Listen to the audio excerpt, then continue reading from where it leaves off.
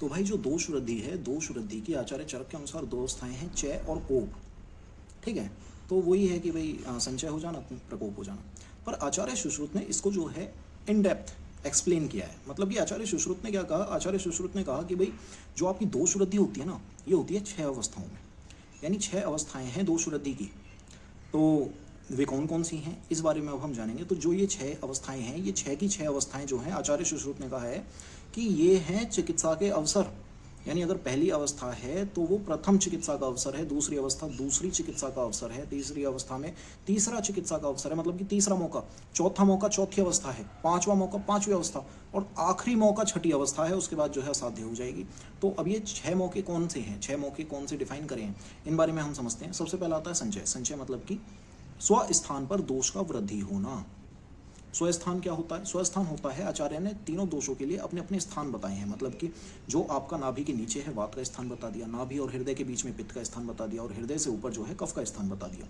तो स्वस्थान में जब दोष की वृद्धि होती है तो उसे संचय अवस्था कहते हैं। ठीक है, अब संचय अवस्था को यदि आपको समझना है तो दिमाग में एक इमेज बनाओ कि गिलास है खाली, उसके अंदर पानी भरना शुरू कर रहे हो, तो जो वो पानी में वृद्धि हो रही है उसे कहेंगे संचय। ठीक है, गिलास के अंदर, खाली गिलास के अंदर जब पानी भरना शुरू करते हैं तो जो वो पानी में वृद्धि है वो है संचय। ठीक है, दूसरी अवस्था आती है प्रकोप अवस्था, जो कि चिकित्सा का दूसरा मौका है। दूसरी अवस्था तभी आएगी जब पहली अवस्था में चिकित्सा ना करो। संचय अवस्था में आपने समय से चिकित्सा नहीं करी, इसलिए दूसरी आई। यदि आप पहले ही चिकित्सा कर लो तो शायद दूसरी आएगी ही नहीं। ठीक है ना, आएगी ही नहीं, शायद का कोई मतलब ही नहीं, अदरवाइज का कोई मतलब नहीं। ठीक है, तो अब क्या है, जो दूसरी अवस्था है प्रकोप अवस्था, इसमें क्या होता है कि दोष स्वस्थान को त्यागने हेतु तत्पर हो जाते हैं। मतलब कि पहली अवस्था में, संचय अवस्था में दोष वृद्धि हो रही थी, तो वृद्धि होते होते प्रकोप अवस्था उस अवस्था को कहते हैं जब दोष स्वस्थान को त्यागने हेतु तत्पर होते हैं। जैसे जब बारिश होती है तो तालाब का पानी अपनी सीमा को लांघ के बाहर निकलने को तैयार हो जाता है। नहीं समझे, समझ आता हूँ। जैसे जिस खाली गिलास में आपने पानी भरना शुरू करा था और उस पानी की वृद्धि होना संचय था, वो गिलास यदि पूरा ऊपर तक भर जाए और एक अवस्था ऐसी आएगी जब एक बूंद भी गिरा तो पानी बाहर आएगा, उसे प्रकोप अवस्था कहते हैं। मतलब कि दोष वृद्धि की वह अवस्था जिसमें दोष स्वस्थान को त्याग कर अन्य स्थान पर गमन करने हेतु तत्पर हो, तैयार हो कि यदि तुमने एक बूंद और बढ़ाया और मैं बाहर निकला, उसे कहेंगे प्रकोप अवस्था। तीसरी अवस्था आ जाती है तुम्हारी प्रसर अवस्था। प्रसर अवस्था में क्या है कि भैया वो एक बूंद तुमने डाल दी, अब क्या हुआ, दो स्वस्थान को त्याग देगा। अब दो स्वस्थान को त्याग के जो है पूरे शरीर में, सर्व शरीर में भ्रमण करता है। किसके द्वारा, वात के द्वारा। इसमें जो वायु होती है वो चेतना रहित होती है। मतलब कि वायु का काम है चल, वायु गति करती है स्वभाव से, चल गुण है उसका स्वभाव से, तो उसकी कोई इंटेंशन नहीं है दोष को शरीर में गति करवाने की। पर वो जो दोष स्वस्थान को त्याग चुका है, वो क्योंकि वायु चल रही है, वो वायु के मार्ग में आ गया तो वायु उसको लेके भी चल देती है। तो ये चेतना रहित वायु द्वारा किया जाता है प्रसर अवस्था। और प्रसर अवस्था में क्या होता है कि दोष स्वस्थान को त्याग के सर्व शरीर में भ्रमण करना शुरू कर देता है। तीसरी हो गई। तो ये तीसरा मौका था चिकित्सा का। अब भी अगर तुमने ट्रीटमेंट नहीं करा तो क्या होगा भाई, अब भी अगर तुम ट्रीटमेंट नहीं करोगे ना तो आ जाएगी चौथी अवस्था, जो कि चिकित्सा करने का चौथा अवसर है। उसको कहते हैं स्थान संश्रय अवस्था। स्थान संश्रय अवस्था, इसमें क्या होता है, अब तुम एक बात बताओ, वो जो प्रसर अवस्था थी उसमें क्या हुआ था, दो स्वस्थान को त्याग के सर्व शरीर में भ्रमण कर रहे थे। अब वो घूम रहे हैं, घूमते घूमते क्या है, यदि दोषों को कहीं भी खाली स्थान मिलेगा, मतलब कहीं भी जगह मिलेगी, कहीं भी आश्रय मिल गया, तो वो क्या करते हैं, वो वहां पे आश्रय लेके जो है वहां जितने भी दूषय मौजूद हैं, मतलब कि जितनी भी धातु मौजूद हैं उन सबको प्रदूषित करेंगी। दोष क्या है जो दूषित करे, और पूरे शरीर में क्या है, धातु का ही तो बना है स्थूल रूप से शरीर। तो दोष जो पूरे शरीर में भ्रमण कर रहे हैं प्रसर अवस्था में, उनको जब खाली स्थान मिलता है तो वो क्या करते हैं, वहां पे आश्रय ले लेते हैं। आश्रय लेने का मतलब है वहां पे ठहर जाते हैं।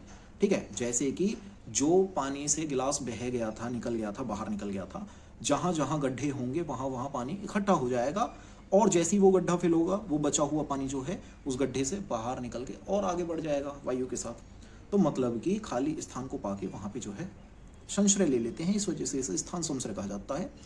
इसी का लक्षण है पूर्व रूप। स्थान संश्रय का लक्षण है पूर्व रूप। मोस्ट इंपोर्टेंट पॉइंट है, इसे दिमाग में रखना हमेशा। ठीक है, तो यहाँ पे क्या है, ये पहली ऐसी अवस्था है जब दोष का मिलन दूष्य से होता है। तुमने गौर करा हो तो मैंने कहा कि जहां भी दोष रुकेगा वहां पे उपस्थित यानी वहां जो जो धातु मौजूद हैं उन सबको दूषित करेगा। जो दूषित करता है वो दोष है और जो दूषित हो जाता है वो दूष्य। तो मतलब दोष दूष्य की पहली मुलाकात हुई आपकी स्थान संश्रय अवस्था में। ठीक है, तो यहाँ पे आप ये चीज़ समझ गए कि भाई स्थान संश्रय में जो है पहली बार दोष दूष्य मिले और इनके मिलने पे जो है जब धातु दुष्टि हुई तो जो है कुछ लक्षण हमें जो है व्यक्त हुए जिनको हमने पूर्व रूप कहा। जो व्याधि उत्पन्न होने से पूर्व लक्षण उत्पन्न होते हैं उन्हें पूर्व रूप कहते हैं, जो कि लक्षण है स्थान संश्रय का। स्थान संश्रय में दिखते हैं पूर्व रूप। व्याधि उत्पन्न नहीं हुई है पर कुछ लक्षण दिखने लगे जिसके आधार पे आप अंदाजा लगा सकते हो कि इन फ्यूचर इसको ये बीमारी होगी। ठीक है, तो ये हो गई कौन सी? स्थान संश्रय। अब भी आपने चिकित्सा नहीं करी। मैं आया हूं भोगने, मैं अपने कर्म भोगूंगा, तो आपने चिकित्सा नहीं करी। तो अब आप चले जाओगे पांचवी अवस्था में। दोष वृद्धि की पांचवी अवस्था को व्यक्त अवस्था कहते हैं और ये चिकित्सा करने का पांचवा अवसर है। भाई अब तो इलाज कर ले। ठीक है, तो अब व्यक्त अवस्था में क्या हो जाएगा? व्यक्त अवस्था में हो जाएगा भाई कि आप जो शरीर में दोष धातु से मिलके दुष्टि कर रहे थे वो अब क्या करते हैं? वो रोग उत्पन्न कर देते हैं।